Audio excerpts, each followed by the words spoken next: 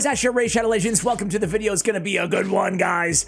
Wasn't planning on double uploading today. I had a little news video for you guys earlier today, and man, I just had to share this team with you guys. But first, out the gate, most importantly, I want to give credit where credit is due. Massive shout to Blazin Raid Shadow Legends and to Bronco Raid Shadow Legends. So Blazin and Bronco, I saw it on Bronco's YouTube channel. Blazin, excuse me, kind of devised the strategy. These guys are amazing. Please give them some support, some well-deserved subscriptions, and some love. I'll have their channels linked in the description and the pinned comment of today's video. I've learned so much from both of those channels in terms of combos, unique champion builds, and unique team configurations as well. So this combo revolves around 3 champions. I'm going to be pretty quick here, going over the combo because I just want to get to the point. I want to get to the big hit. One hit that we're about to see in today's video. So it revolves around Wixwell. Wixwell, you guys know his Grow Shield ability. I mean, you voted on his skills. Obviously you're familiar with his kit. He has the Grow Shield ability predicated on the number of total buffs that he extends vis-a-vis his Tempest of Knowledge ability on the A2, okay? He also has Intercept, which, harkening back to the video that I uploaded earlier today, it sounded like instead of nerfing Armon, they're not going to nerf Armons, they're not going to touch Armons, right? But it sounds like Intercept might be a big part of their strategy to introduce more counters to Armons. Meaning that, you know how when Hex was introduced to the game, only like, 1 or 2 champions had it? Who was the first Hex supplier anyway? Was it Thea? The Tomb Angel? I don't know. Anyway, I digress. It couldn't have been. Could it? Either way, I think the Intercept's going to be like the thing of 2024 and beyond. It's going to be the big new buff or new dynamic introduced to the game in terms of counterplay, yada, yada, yada. All right, the other dude is going to be none other than Acelin the Stalwart. He's the Banner Lord kind of faction leader, so to speak. He's got Shield Crush. All you got to know is heals all allies by the total value of all shields on all allies. That's it. That's all you got to know about him. Does that come to mind? So we're placing a shield, we're growing a shield, and then we're healing based on the value of the shield. That's 2 out of 3 components of this team are now in place. Who's the third component? Oh, a little Force Affinity, HP, Orc, Rare. It's Ironclad.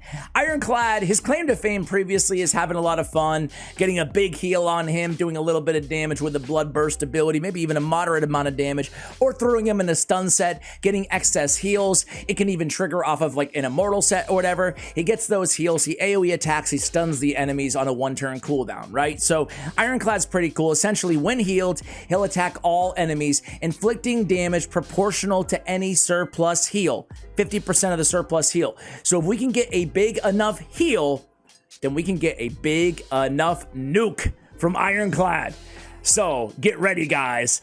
So I don't know, I feel like I should know if Ironclad, if the affinity matters off of that passive, But just to play things safe, I'm going to go against Magic Affinity. I noticed that Bronco did that in his video too. Going to go against Magic Affinity. I also have a 4th component to this team.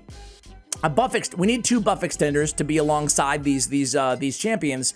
But Godseeker and Eerie, sure, she has the buff extension. You guys are familiar with Godseeker. But she also has this ability in Guardian Angel. We're going to add to the cake that Blazin and Bronco made for us. Increase the amount of healing allies receive by 10%. Ergo, we can take that massive nuke. It might be 1 million, it might be 1 billion, and we can get an extra 100,000 to 1 million to whatever damage out of that nuke, right? Thanks to the Guardian Angel passive effect. So I figured I would run, he ran Lady Mikage. I'm not sure if that would matter at all, but I'm gonna run Godseeker instead. Also noteworthy, I should say, that I do have Ironclad built in a shield set. I figure he's a great candidate to have in that shield set on the team. Speeds don't matter. No speed tuning. Fantastic. Masteries don't really matter. Awesome. Wixwell, he's going to be using his A3 and then never using it again. The Tempest of Knowledge is going to come in and be the top priority. Acelin is not going to use his A2, nor is he going to use his A3, at least until we're ready to turn it, take it off of auto battle and onto manual to, well, crush the opponents. Godseeker, Quest for Meaning obviously is going to be the top priority there. Krisk, not going to use his A3, is going to use his A2. Krisk's passive in this use case is also going to be responsible level for the decreased defense to get more damage out of that nuke. And then Ironclad. I don't think you need to even shut off the A2 ability, but I am going, you know what? Might as well not shut it off, right? And clear the stun. So we're just going to keep him as is. There we go. No quick battle. I burned through a lot of gems in preparation for this. But you ever do that? You ever go to like workshop a clan boss team and accidentally quick battle it? Well, yours truly has, that's for sure. I'm gonna cut here. You listen to me ramble long enough. I'm gonna cut here. I'll come back to you guys in, I don't know, a half an hour or so. Let's see how big this hit is. And guys, just as I'm editing this video, I wanted to kind of interject and ask you the question, is this a bug or is this okay, right? Is what you're about to see is gonna blow you the frig away. I guarantee it. This damage is absolutely bonkers. Is it working as intended? That was the verbiage they used, right? Was Corpulent Cadaver working as intended? No. But in this combination, A, it's difficult to pull off. You need a faction lord. You need 3 champions, 2 of which are legendary. So it's difficult to pull off. It involves a lot of moving parts, right? And buff extenders on top of that. B, it's working exactly as intended. Somebody's increasing the duration of buffs, growing a shield. The other guy is healing based on the shield value. The other guy is doing damage based on the heal value, right? So everything's working exactly as intended. It's not, doesn't feel like a bug. It does feel broken. How do you guys feel about it? Using Plarium's own words against them. This is working exactly as it is intended to. Are they going to come in and nerf the rare that's working as intended? Or are they going to leave it alone? What do you guys think they should do? All right, guys, and we are back. So I let it run for about a half an hour. I could have let it go longer, but I just can't wait. I just can't wait. The anticipation is killing me.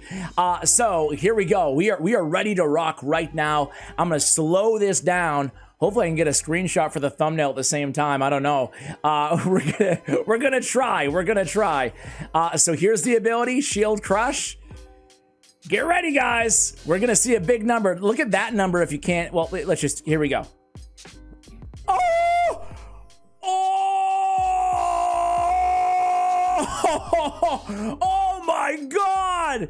Oh my God, dude! Oh! Oh my word! This is insanity! This is insane!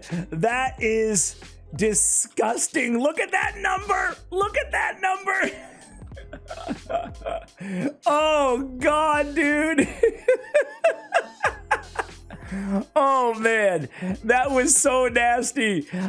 That's right. The same strategy works against Hydra clan boss as well, guys. Another massive shout out to Bronco and to Blazin as well. Give them some love right now, guys. I like the addition of Godseeker. That was a big number that we saw there with that bonus heal added on.